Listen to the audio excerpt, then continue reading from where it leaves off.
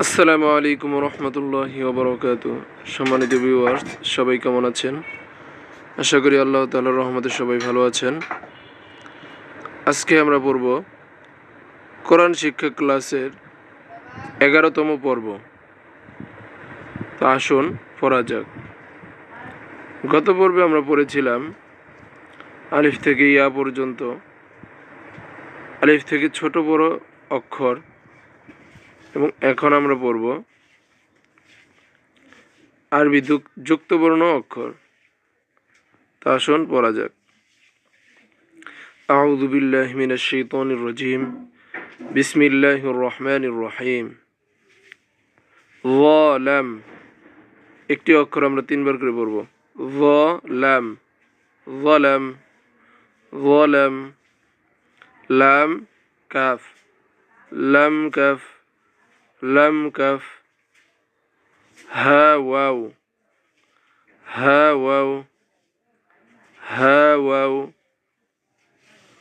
লাম হা, লাম হা, লাম হা। হা মিম, হা মিম, হা মিম। মিম নুন, মিম নুন, মিম নুন, মিম নুন। লাম আলিফ, লাম আলিফ, লাম আলিফ। লাম হা, লাম হা, লাম হা। হা ইয়া, হা ইয়া, হা ইয়া, হা ইয়া। ইয়াসিন, ইয়াসিন, ইয়াসিন, ইয়াসিন।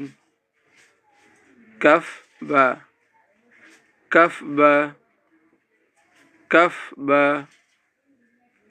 কফ ওয়াও, কফ ওয়াও, কফ ওয়াও।